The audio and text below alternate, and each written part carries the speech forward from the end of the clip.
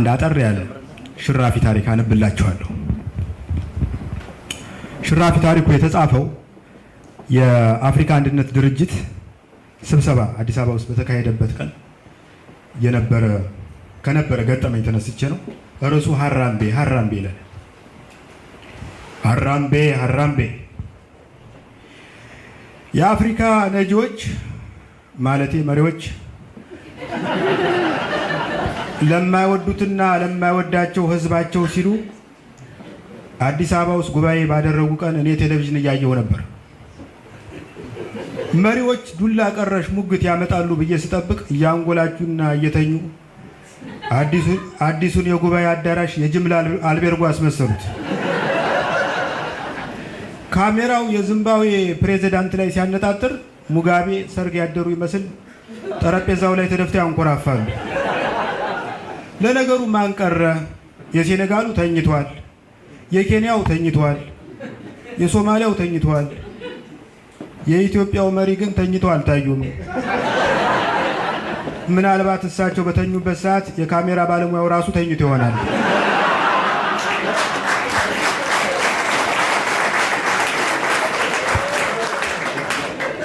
ነገሩ እንዲህ የሚቀጥል ከሆነ በመሪዎች ጠረጴዛ ላይ አምቧና ብርጭቆ ብቻ ሳይሆን የታጠፈ ብርድ ልብስም ቢቀመጥላቸው ጥሩ ነው። እኔ ራሴ ከመተኛቴ በፊት ከቤት ወጣሁ።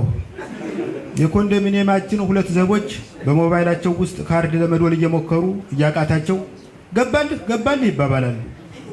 ድሮ አንድ ፍሬ ልጅ እያለሁ ያየሁት ትዕይንት መጣብኝ።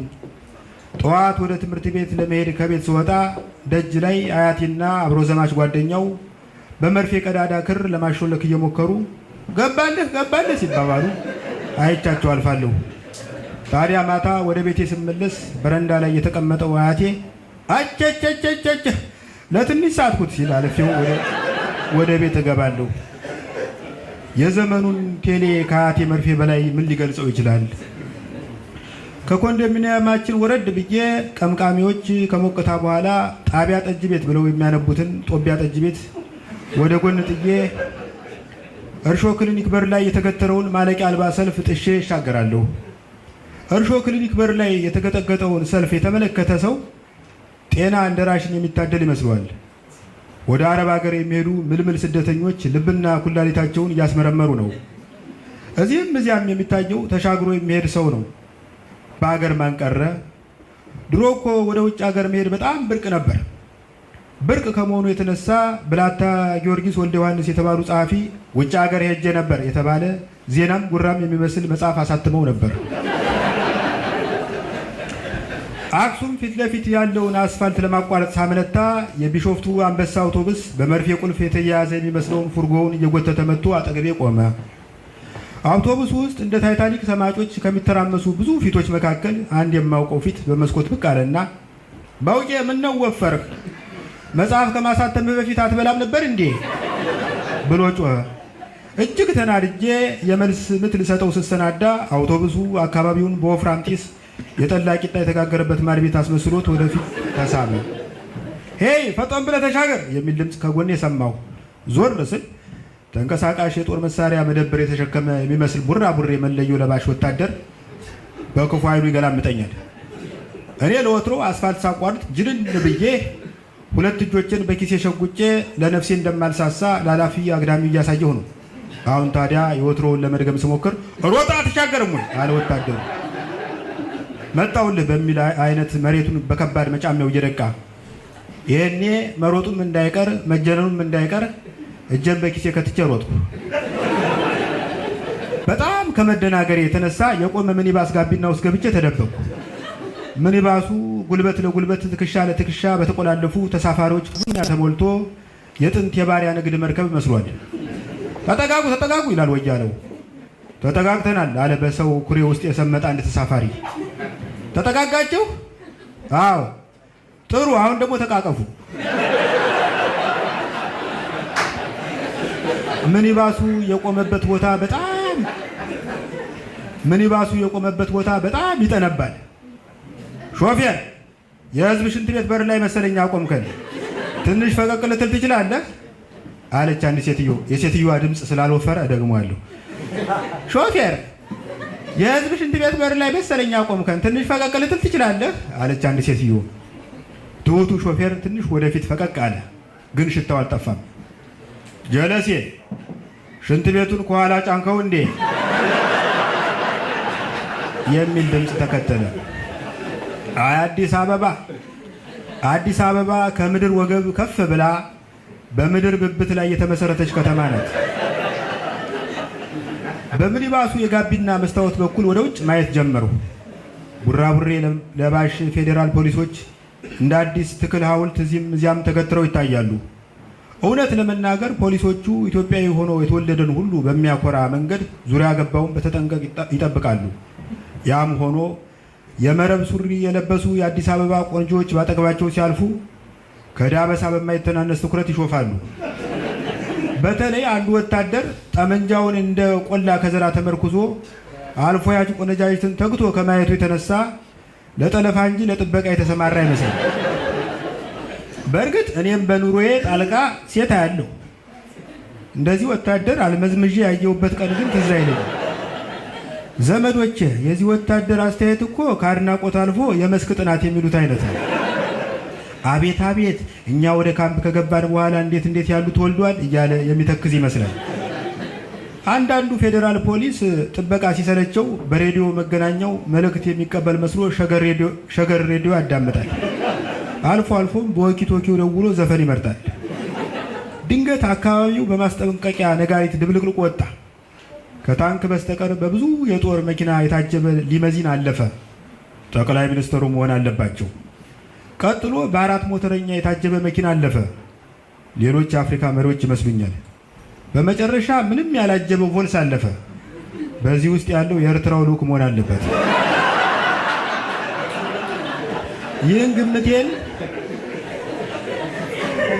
ይህን ግምቴን አጠገቤ ላለው ሾፌር ሳጫውተው ኦሆ ወንድሜ ልኑርበት በሚል አስተያየት ገላመጠኝ። አይቡካት በየቦታው የሚወካው ሰው መብዛቱ ምን ነካን? ኧረ ምን ነካን? በቀደም ዕለት ማታ አዝማሪ ቤት ገባውና ተቀበል አልኩት አንዱን ባለማሲንቆ። ባለማሲንቆ ለጥቂት ደቂቃ ትክ ብሎ በጥርጣሬ ሲመለከተኝ ተቆየ። በኋላ ከመቀበሌ በፊት ግጥሙ በምን ዙሪያ ያጠነጥናል ብሎኝ አረፈ። አዝማሪ በደጃችሁ ቤት ዘመን መቅረቱ ያስቆጫል። ያኔ አዝማሪ የህዝቡን ቁጭት አውጥቶ ያንጎራጉራል። ህዝቡ በአዝማሪው ግንባር ላይ አሞሌ ጨው በመከስከስ ደስታውን ይገልጣል። በጊዜው አንድ አሞሌ ጨው በ2 የአሜሪካ ዶላር ይመነዘር ነበር። በጊዜያዊ ገታ ስር የነበረው ሚኒባሳችን መንገዱን እንዲቀጥል ተፈቀደለት። አንድ የኢትዮጵያ ባንዲራ ጥለት ያለበትን የአንገት ልብስ የጠመጠመ ጸጉራም ፈረንጅ ገብቶ አጠገቤ ተቀመጠ። ብዙ ሱቆችን አለፍን። ማንደፍሮ የቤትና የቢሮ ዕቃዎች መሸጫ፣ የሚያከሳ ሻይ ቅጠልም እንሸጣለን የሚል መፈክር ያለበትን ሱቅ አለፍን። ኤርታሌ ቡቲክ ኮንዶምም እንሸጣለን የሚል ማስታወቂያ ያለበትን የሰፈራችን ልብስ መደብር አስታወሰኝ። አንድ ቀን ጓደኛዬ ሙዝ ኤርታሌ ቡቲክ ገብቶ ኮንዶም ፈልጌ ነበር አለ። ባለ ቡቲኩ በግማሽ ሀሳብ ውስጥ ሆኖ አንድ ፓኬት ኮንዶም ለሙዝ ከያቀበለው ከፈለክ መጋረጃ ውስጥ ገብተህ ልትረካው ትችላለህ አለ። ሜክሲኮ አደባባይ ስንደርስ አንድ ጠብደል ልብድ እርቃኑን ሶምሶማ እየሮጠ በጋቢናው በኩል ብቅ አለ። ከፍረቴ የተነሳ መሬት እንደ ጋዳፊ ቱቦ ተከፍታ ብትውጠኝ በወደሩ። ፈረንጁ የአገሬን እብድ እንዳየው ጸለዩ። ወይ ሊያየው ነው አየው። ዋት ሄር ኢዝ ዚስ አለ ፈረንጁ በድንጋጤ ወደ እኔ ዞሮ። አማኑኤል ሆስፒታል የጠበበው እብድ ነው ብዬ የአገሬን ገጽታ የሚያበላሽ ምላሽ መስጠት አልፈለኩም። ስለዚህ እንግሊዘኛዬን እንደምንም ጠጋገንሁና ዌል ዩ ኖ ዲስ ጀንትልማን ኢዝ ፍሮም ኒውሊ ዲስከቨርድ ትራይብ አልሁት። አስከትዬም አንላይክ ሞስት አፍሪካን ካንትሪስ ዊ ዶንት ፎርስ ፒፕል ቱ ፑት ኦን ክሎዝስ ብዬ ተነጠርኩለት። ሰውየው በቅርቡ የተገኘ ጎሳ አባል ነው። ከብዙዎቹ የአፍሪካ ሀገሮች በተቃራኒ ሰዎችን ልብስ እንዲለብሱ አናስገድዳቸውም ማለቴ ነው። ፈረንጁ ትንታኔ ስላረካው ኢትዮጵያ የአፍሪካ መቀመጫ መሆኗን ጉዳይ አጸደቀ። አመሻሽ ላይ ወደ ቤቴ ተመለሱ። የኮንዶሚኒየማችን ዘበኛ በሞባይላቸው ላይ ካርድ ለማስገባት እየሞከሩ አቸቸቸ አሁን ለትንሽ ሲሉ አልፊያቸው ገባሁ። ምሽቱም ቀጠለ። አመሰግናለሁ።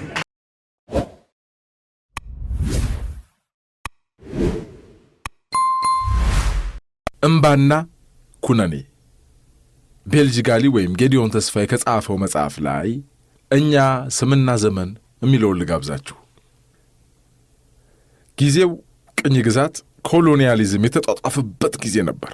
መቼም ቅኝ ገዢዎች አንድን ሀገር ሲገዙ ሀገሬው የዝቅተኝነት ስሜት እንዲሰማው የማድረግና እኛ የምንነግርህ እንጂ አንተ ያለው ሁሉ ስህተት ነው ብለው ለማሳመን ያደርጉት የነበረው ጥረት ብርቱ መሆኑን ቅኝ በተገዙ ሀገሮችና ሕዝቦች ላይ የደረሰው ማህበራዊ ቀውስ በመመልከት መረዳት ይቻላል። በቅኝ ግዛት ዘመን በአፍሪካውያን ላይ የተፈጸመ አንድ ታሪካዊ ቀልድ ላጫውታችሁ። ከአውሮፓ የመጣ አንድ ካቶሊክ ቄስ አንዱን አፍሪካዊ በካቶሊካዊ ሃይማኖት አጥምቆ ስሙን ጆን ብሎ ካወጣለት በኋላ ጥሩ ካቶሊክ መሆን ከፈለክ መዋሸት የለብህም፣ ደግሞም በየሳምንቱ ዓርብ ዕለት ጾም ነውና ሥጋ መብላት የለብህም ብሎ ካስጠነቀቀው በኋላ ወደ አውሮፓ ተመለሰ። ጆንም እንደተነገረው ጥሩ ካቶሊክ ለመሆን ጥረቱን ቀጠለ። አይዋሽም፣ ይጾማል። ጊዜው እየገፋ ሲሄድ በአንድ ክፉ ወቅት ረሃብ ገባና የጆን ማዕድ ምግብ ራቀው፣ ቤተሰቡም ተቸገረ። በራሱና በቤተሰቡ ላይ ረሃብ የጠናበት ጆን በዕለተ ዓርብ ጦሩን ይዞ ለአደን ወደ ጫካ ወረደ። በለስ ቀንቶት አንድ ጥንቸል ይዞ ተመለሰ። ምግቡን ሰርቶ ቤተሰቡን አበላና ረሃባቸውን አስታገሰ። በዚያች ቀን አንስቶም የጥንቸል ሥጋ ከገበታው አልታጣለ። ጆንና ሌሎች ሃይማኖት ልጆችን ለመጎብኘት ቄሱ ከአውሮፓ እንደተመለሰ በቀጥታ ወደ ጆን ቤት አቀና። ጆንን በጾም ቀን የጥንቸል አጥንት ሲግጥ አገኘውም። በግሳጼ ጥሩ ካቶሊክ አይደለህም፣ በጾም ቀን የተከለከለውን ሥጋ መብላት ጀምረሃል አለው። ጆንም ይሄ ሥጋ አይደለም ማሳ ነው። የካቶሊኩ ቄስ በዚህ ዓይን ባወጣ ክህደት በጣም ተናደደ። መብላት ሳያንስ ለምን ተዋሸኛለህ? መዋሸት ከባድ ኃጢአት መሆኑን አታውቅም? አልዋሸሁም፣ ይሄ ጥንቸል አይደለም ማሳ ነው ብሎ ድርቅ። የካቶሊኩ ቄስ በንዴት በስመ አብ ወወልድ ወመንፈስ ቅዱስ ይሄ እንዴት አሳ ይሆናል በል ብሎ እያማተበ ጠየቀው። ፈንከች አላለው። ጆንም በኩራት ፈርጠም እንዳለ እንዲህ አለው፣ ትንሽ ውሃ አምጥቼ ረጨሁበት። ከዚያም ካሁን ወዲህ አንተ ጥንቸል አይደለም አሳ ነህ አልኩትና አደረግኩት። ስለዚህ አሳ እንጂ ጥንቸል አይደለም። የካቶሊኩ ቄስ ይሄንም ማድረግ አትችልም፣ ፍጹም ሊሆን አይችልም አሉ በቁጣ። ጆንም ፈርጠም ብሎ እንዴት አልችልም? አንተ ወደዚህ አገር ከመምጣት በፊት አቡኮ ነበርኩ። ትንሽ ውሃ ረጨህብኝ አይደል እንዴ ጆን የሆንኩት? ስለዚህ እኔም ትንሽ ውሃ ረጨሁበት፣ በቃ ጥንቸሉ አሳ ሆነ። ሳቲ አይ ሳቲ አቡኮ ጆን እንደሆነ ሁሉ በልዩ ልዩ ምክንያት ስማችን እየተቀየረ መምጣት ከጀመረ ሰነበተ። በቀደሙት ዓመታት ስሞቻችንን ወደ ዘመናዊነት ለመቀየር ይደረግ የነበረው ሩጫ ከፍተኛ ነበር።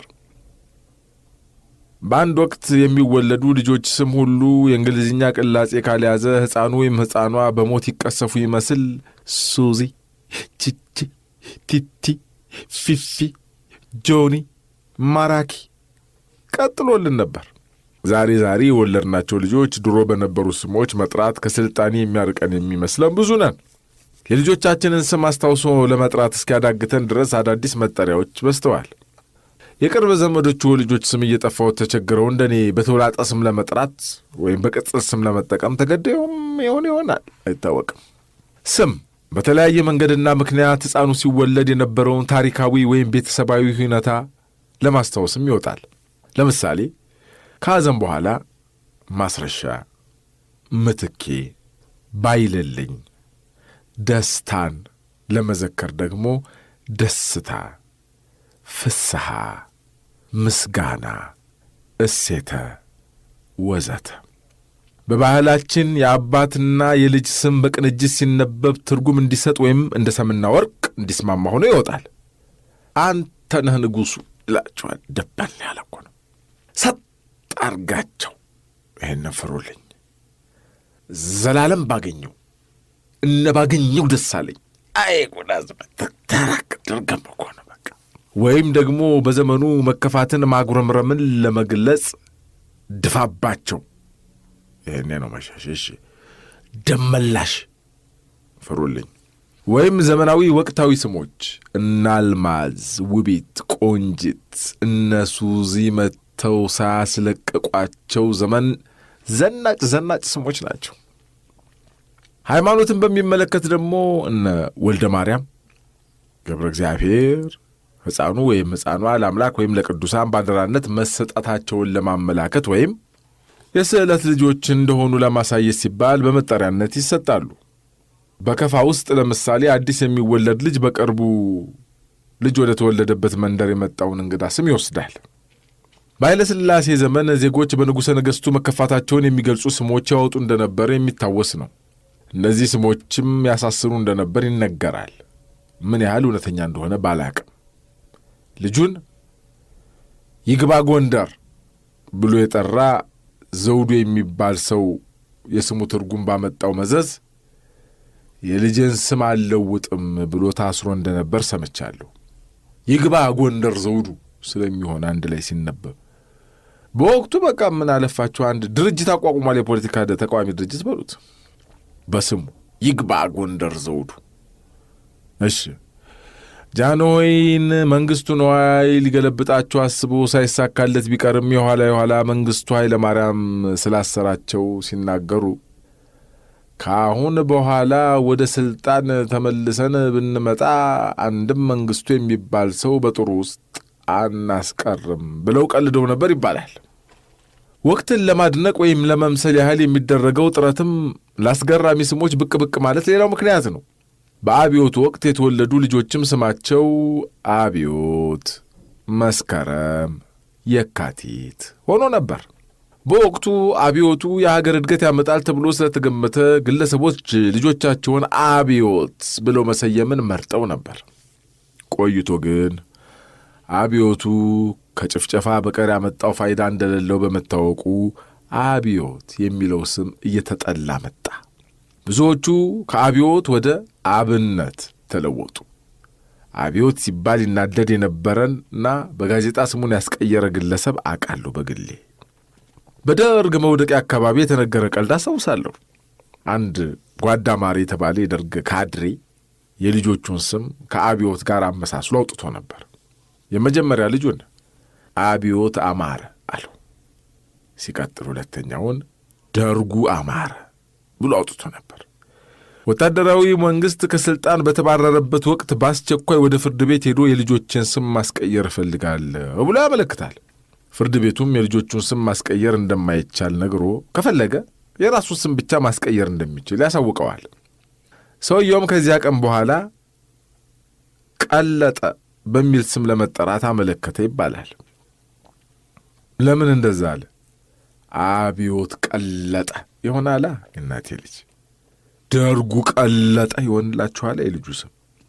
ለነገሩ አብዮት የመጣው አበየ ከሚሉ የግዕዝ ቃል ነው። ትርጓሜውም እምቢኝ ያለ አመፀ ማለት ሲሆን አመፀኛው የሚለው ስም ምን ያህል ጥሩ ስም እንደሆነ ስም አውጩ የወቀው እርሱ ያስተንተነው ልቶ። በእርግጥ እነድፋባቸው፣ እነበላቸው፣ እነግዛቸው የሚሉ ስሞች ባሉበት አገር አመፀኛው የሚለው ላይከብድ ይችላል አይደል? አይከብድም። ድፋባቸው እና አመፀኛው ያስኬዳል። ብዙም አይከብድም። አሁን ደግሞ እንደምንሰማው ህወሓት፣ ተጋደልቲ፣ ሐርነት የሚሉ ስሞች ብቅ እያሉ ነው። ያኔ በተጻፈበት ዘመን ማለቱ ነው። ባለቤቶቹ ከአቶ ቀለጠ ልምድ አሁን ደግሞ ዘመን አለፈ። ትርጉም ካላቸው ስሞች ዘለን ምን ማለት እንደሆኑ እንኳን የማናቃቸውን ስሞች ለልጆቻችን ማውጣት ይዘናል። ዛሬ ብዙ ስሞችን ስለማናቃቸው የምንደነጋገረው ፈረንጆቹ ሳይሆን እኛው ሆነናል። የልጆቻችንን ስሞች እየጠፉብን ነው። እነጌታቸው፣ አበበ፣ ቆጭቶ፣ ገመቹ፣ ድሌቦ፣ ሌሎችም የኢትዮጵያውያን ስሞች እየተቀየሩ ነው። እንደ ቀይ ቀበሮ በመጥፋት ላይ የሚገኙ ብሎ የሚታደጋቸው ወገን ሳያሻቸውም አይቀርም። የነገ ሰው ይበለን እስቲ። አዳዲሶቹ ስሞች ከመጽሐፍ ቅዱስ ስለሚወጡ ትርጉማቸው የዕብራይስጥን ቋንቋ እውቀት ይጠይቃል። ከመጽሐፍ ቅዱስ ስያሜን መውሰድ ለስሞቻችን ዓለም አቀፋዊ ባህሪ ያላብሳቸው ይሆናል። አዲስ ነገርም ላይሆን ይችላል። ኢትዮጵያውያን የመጽሐፍ ቅዱስ ስሞችን ስንጠቀም መኖራችንን የታሪክ መጽሐፍቶች አበክረው ያስረዳሉ። ጥንታውያኑ በስያሜ አጠራራቸው ጥንቁቅ ነበሩ። እናም ከባህልና ከሀገር ወግ ጋር የማይመጥኑትን እየመረጡ ጥለዋቸዋል። ዘመናውያኑ እኛ ግን የምንጨነቀው ለልጆቻችን የምናወጣው ስም ሌላ ሰው ያልተጠቀመበት ስለሆነ ብቻ ይመስለናል። የዘመናዊነታችን መግለጫና ሃይማኖታችንን ጠልቀን ማወቃችንን የምናውቅበት ዘዴ እየመሰለን ጥፋት እንፈጽማለን። የምናወጣውን ስም ትርጉም እንኳን የማናውቅ ብዙዎች ነን። በዚህ ምክንያት አዳዲሶቹ ስሞች ልዩ ናቸው። የቅጠል ይሁን የሰይጣን፣ የብረት ይሁን የድንጋይ መጠሪያ ማንም የሚጠይቅ የለም። ቢሆኑም ግድ የሚሰጠው ያለ አይመስልም። ብቻ ልዩ አዲስ ስም ይሁን፣ እንደዚህ ነው ጨዋታው። ማንም ያልተጠቀመባቸው በልጆቻችን ስም ልዩ መሆን አድናቆት ታቅፈን ለመቀመጥ ሩጫ። ኬልቅያስ፣ አሞጽ፣ ኢዮስያስ፣ ኢዮሐቄም፣ ኤዶማ፣ ሲዶማ፣ አሞን፣ አቤነር፣ ረአብ፣ ሄርሞን፣ ክርስቶስ የተቸነከረባቸው የምስማር ስሞች ሳይቀሩ ሳዶር፣ አላዶር የወቅቱ የልጆቻችን የተጸውዖ ስሞች ናቸው። ስለ እነዚህ ስሞቻችን ላይ ወደፊት ጥናትና ምርምር ሊደረግ ይገባል። አለበለዚያ በስም መታወቅ ሊቀርና እሱ፣ እሷ፣ ቀዩ፣ ጥቁሩ፣ ረዥሙ፣ አጭሩ፣ ታላቋ፣ ታናሹ እንደዚህም ልንጠራራ እኮ እንጃ ሊሆን ይችላል። ምንም አይሆን ነገር አለ እኛ ጋር አይደረግም ያልነው እየተደረገ እያየነው ነው። በጣም የሚገርመው ደግሞ ኮሌጆቻችን ወጉን የጠበቀ ባህላዊ ሀገራዊ ስም የተሰጠን ግለሰቦች ስማችንን ለፈረንጅ እንዲስማማ የምናደርገው የማስተካከያ ጥረት ጥረት። ለምሳሌ ስንፈልግህ ተገኝ ወልደ ሚካኤል የሚባል ግለሰብ መጀመሪያ ስንፈልግህን ይሰርዛል። ቀጥሎ የአባቱ ስም ተገኝ በምህፃረ ቃል ቲ ይወሰናል። ከዚያም ወልደ ይገደፍና ሚካኤልን ወደ እንግሊዝኛ ማይክ ብሎ ይቀይርና ያለምንም ማመንታት ስሜ ቲ ማይክ ይሄ ጎምለለለል ፊታችን ላይ። በዚህ አይነት መንገድ ፍርድ ቤት ቆመው የቀድሞ ስሞቻችን ርቃኑን ባይቀር ትርጉም የለሽ ስም ያስቀሩ ትንሽ አይደሉም። ወደ ፈረንጆች ስም ለመጠጋት የምናደርገው ልምምድ የሚጀምረው በራሳችን ነው። ስሞቻችንን ሲመች ሙሉ በሙሉ በማስቀየር ሳይመች ደግሞ ቅርንጫፉን ተመልምሎ ባዶውን እንደሚቀር ግንድ ባዶአችንን እናስቀራቸዋለን ማለት ነው። ይህ የተለመደ ነው። ኃይለ ማርያም ወደ ማርያም፣ ዕድሜ ዓለም ወደ ኤዲ፣ ሰናይት ወደ ሰኒ፣ ተዋበች ወደ ታቢ፣ ዓለማየሁ ወደ አል፣ ዓለሙ ወደ አሌክስ። ከባድ የሆነ ትንቅንቅ በትጥቅ ትግል የሚቀየር ይመስል እንታገለዋለን። እንደ ትጥቅ ትግል ቁጠሩት። ምርጫ እንደ ባለቤቱ ነውና ወደ ጥንት ስሞች እንመለስ ማለቱ ይከብዳል። ስምም በመጠኑም ቢሆን ወቅቱን ማንጸባረቅ ይኖርበት ይሆናል። ይሁን እንጂ ትርጉማቸው የማይታወቅ ስሞችን ከባህላችን ውጭ በላያችን ላይ ለመደረብ ያን ያህል እንቅልፋትን የምናድርለት ጉዳይ ሊሆን አይገባውም ባይ ነኝ። በተለይ ከውጭ የምንዋሳቸው ስሞች ደካማነትን ከማሳየት በቀር የሚያመጡት ለውጥ የለም። የሀገራችንን ስሞች መያዝ ባህላችንንና ቋንቋችንን ከትውልድ ወደ ትውልድ የማስተላለፍ አንዱና ብዙም ድካም የማይጠይቀው ተግባር መሆኑን መዘንጋት የለብንም ባይ ነኝ። እናንተሳ ምን ይመስላችኋል ጎበዝ?